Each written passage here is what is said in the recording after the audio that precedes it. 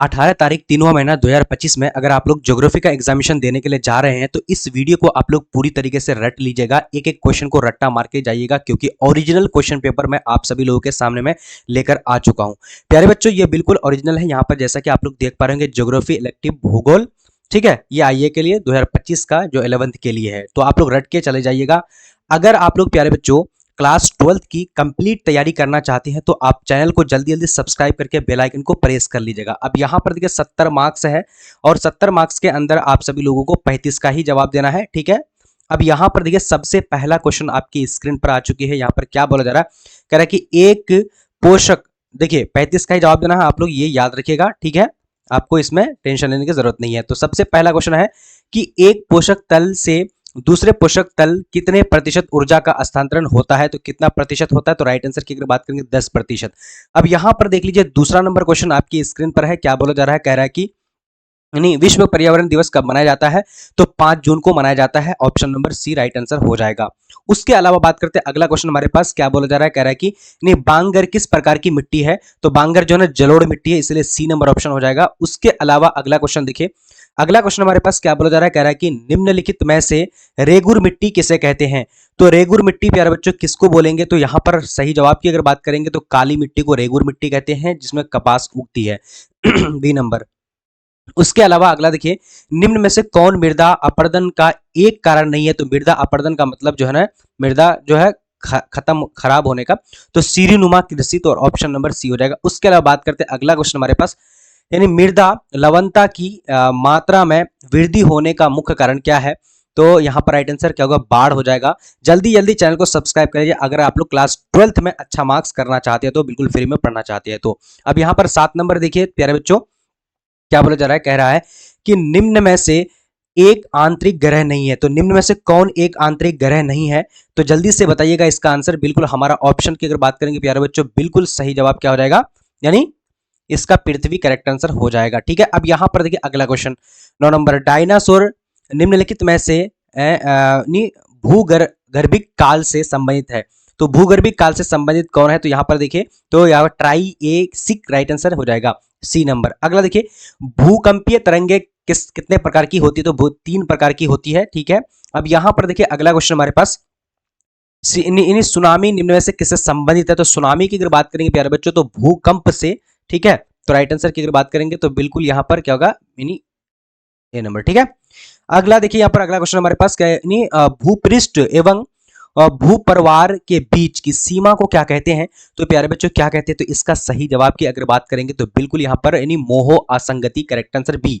उसके अलावा यहाँ पर 13 नंबर देखिए कि महाद्वीपीय विस्थापन सिद्धांत यानी कितने किसके हैं, तो राइट आंसर की अगर बात करें डी नंबर ऑप्शन। अगला देखिए यहाँ पर क्या बोला जा रहा है, कह रहे हैं कि निम्न में से एक ज्वालामुखीय स्थलाकृति है, तो ज्वालामुखीय स्थलाकृति कौन सा है, तो प्यारे बच्चों इसका सही जवाब की अगर बात करेंगे तो डाइक सील, उसके अलावा बेथोलिथ, तो इसका सही जवाब की अगर बात करेंगे ना, इनमें से सभी हो जाएगा। क्लास 12th के लिए जल्दी जल्दी चैनल को सब्सक्राइब कर लीजिए प्यारे बच्चों, ठीक है। मैं बस ये रटा दे रहा हूं आप लोगों को, बाकी क्लास 12th में अच्छे से पढ़ाऊंगा डिटेल से। निम्नलिखित में से किसे पृथ्वी की क्रोड से जाना जाता है, तो पृथ्वी क्रोड से नीचे जाना जाता है। उसके अलावा बात करते हैं अगला क्वेश्चन हमारे पास, प्लेट ने विवर्तनिक के अनुसार पृथ्वी पर कितने लघु प्लेट हैं, तो 6 प्लेट हैं। अब यहां पर देख लीजिए क्या बोला जा रहा है, निम्न में से एक खनिज नहीं है, तो एक खनिज कौन सा नहीं है, तो यहां पर बात करते हैं तो राइट आंसर की बात है ग्रेनाइट खनिज नहीं है, ठीक है। उसके अलावा बात करते हैं अगला क्वेश्चन हमारे पास क्या बोला जा रहा है प्यारे बच्चों, कह रहा है कि यानी चट्टानों के अध्ययन को कहते हैं, अध्ययन यानी क्या कहते हैं, तो पेट्रोलॉजी कहते हैं, तो ऑप्शन नंबर बी। उसके अलावा देखिए, निम्न में से कौन सी रेखीय रेखा भारत से लगभग इन्हीं बीच होकर गुजरती है, तो राइट आंसर की अगर बात करेंगे तो प्यारे बच्चों भारत के बीचों बीच होकर के गुजरती है कौन सा रेखा, तो राइट आंसर की अगर बात करेंगे तो कर्क रेखा, ठीक है, कर्क रेखा हो जाएगा। उसके अलावा देखिए अगला क्वेश्चन, ज्वालामुखीय उद्गार के समय निकलने वाले तरल पदार्थ को कहते हैं, तो क्या कहते हैं प्यारे बच्चों, तो जल्दी से आप लोग बताइएगा, इसका आंसर ए और बी यानी मैग्मा और लावा दोनों हो जाएगा, ठीक है। उसके अलावा यहां पर देख लीजिए अगला क्वेश्चन हमारे पास, निम्न में से कौन सी नदी यानी भारत में बहती है, तो भारत में कौन सी नदी बहती है, तो इसका सही जवाब की अगर बात करेंगे तो प्यारे बच्चों इसका सही जवाब क्या हो जाएगा, तो बी नंबर। उसके अलावा ऑक्सीकरण किस प्रकार का क्या कि अपक्षय है, तो इसका राइट आंसर की अगर बात करते हैं तो बिल्कुल ऑप्शन नंबर हमारा क्या हो जाएगा, तो ऑप्शन नंबर बिल्कुल क्या जल्दी से बोलेगा ए नंबर हो जाएगा। ठीक है, अब यहां पर देख लीजिए अगला क्वेश्चन हमारे पास क्या बोला जा रहा है, करेगी पाक जल संधि निम्न में से किस देश को यानी किस देश को भारत को अलग करती है, तो इन श्रीलंका को अलग करती है पाक जल संधि। ठीक है, अब यहां पर देखिए निम्न में से कौन जो है प्राकृतिक आपदा नहीं यानी पहाड़ी क्षेत्रों में होती है, तो पहाड़ी क्षेत्रों में कौन सी होती है, तो जल्दी से बताइएगा प्यारे बच्चों। तो राइट आंसर की थोड़ा सा इसमें कंफ्यूजन, अगले थार मरुस्थल निम्न में से किस राज्य में स्थित है, तो राजस्थान में स्थित है, ये नंबर सी नंबर बिल्कुल हो जाएगा। उसके अलावा देखिए शिवालिक श्रृंखला का विस्तार निम्न में से किस राज्य में है, किस राज्य में है प्यारे बच्चों, तो इसका सही जवाब की अगर बात करेंगे तो बिल्कुल ऑप्शन नंबर यहाँ पर क्या हो जाएगा, तो बी नंबर हो जाएगा। ठीक है, अब यहां पर देख लीजिए अगला क्वेश्चन हमारे पास, नए जलोढ़ मिट्टी को क्या कहते हैं, तो नए जलोढ़ मिट्टी को क्या कहते हैं, तो जल्दी से बताइएगा फटाफट से।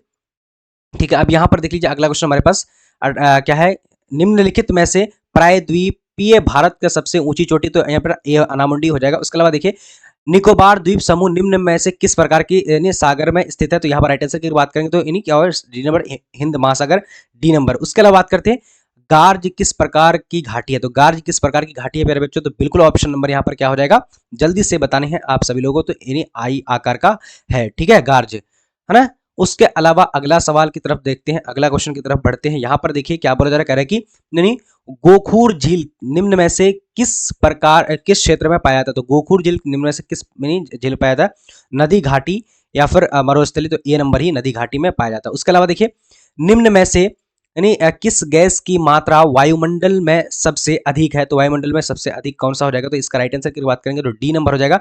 अब यहाँ पर 33 नंबर देख लीजिए, ओजोन गैस वायुमंडल के किस परत में पाई जाती है, तो ओजोन जो है गैस वायुमंडल किस परत में पाई जाती है, तो इसका राइट आंसर की बात करेंगे क्या होगा, समताप मंडल। अब यहाँ पर देख लीजिए अगला क्वेश्चन, निम्न में से कौन सिंधु नदी की सहायक नदी है, तो सिंधु नदी की सहायक नदी सभी हो जाएगा।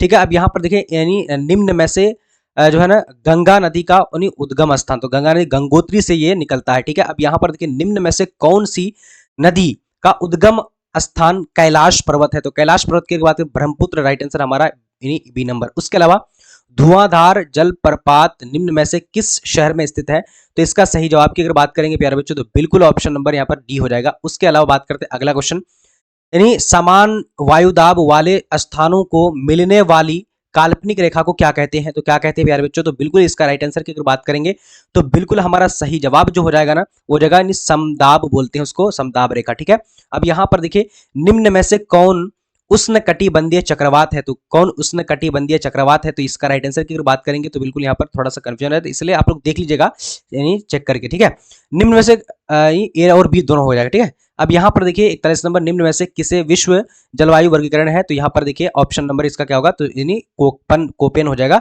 अब यहाँ पर 42 नंबर, निम्न में से कौन ग्रीन हाउस गैस के श्रेणी में आता है, तो ग्रीन हाउस गैस के श्रेणी में C2 CFC उसके बाद CH4, तो राइट आंसर की अगर बात करेंगे तो इनमें से सभी डी नंबर हो जाएगा। ठीक है प्यारे बच्चों, बिल्कुल ये सभी हो जाएगा। अब अगला देखेंगे, भारत में वर्षा ऋतु किस में होती है, तो भारत में वर्षा ऋतु जो है यानी भारत में वर्षा ऋतु जो होती है तो वो होती है तो क्या हो जाएगा, ग्रीष्म ऋतु, राइट आंसर हो जाएगा। अब यहाँ पर देखिए अगला क्वेश्चन हमारे पास, निम्न में से किस प्रकार की वनस्पति भारत में पाई जाती है, तो भारत में कौन पाई जाती है, तो इसका सही जवाब की अगर बात करेंगे तो बिल्कुल यहाँ पर क्या होगा, सदाबहार वन। उसके अलावा देखिए यहाँ पर ग्रीष्म ऋतु में उत्तर में बहने वाली उष्ण तथा शुष्क हवा को क्या कहते हैं, तो राइट आंसर की अगर बात करेंगे प्यारे बच्चों तो बिल्कुल ऑप्शन नंबर लू कहते हैं, लू हमारा ए नंबर हो जाएगा। उसके अलावा निम्न में से कौन जल की गैसीय अवस्था को दर्शाता है, तो जल की गैसीय अवस्था को कौन दर्शाता है, तो बिल्कुल हमारा ऑप्शन नंबर यहाँ पर क्या होगा, जलवाष्प। ठीक है, सी नंबर हो जाएगा।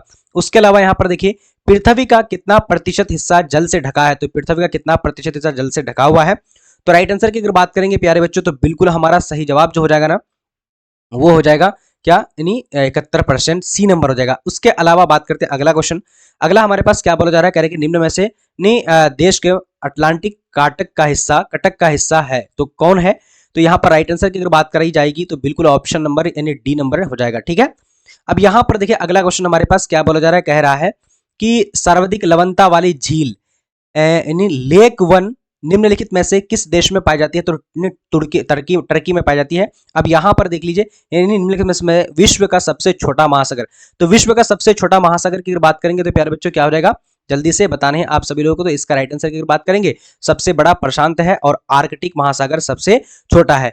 तो प्यारे बच्चों, वैसे भी तो आप लोगों को 35 का जवाब देना है। मैं आप लोगों का 50 का जवाब यहां पर बता दिया और सब्जेक्टिव अलग वीडियोस में लेकर के आ जाऊंगा।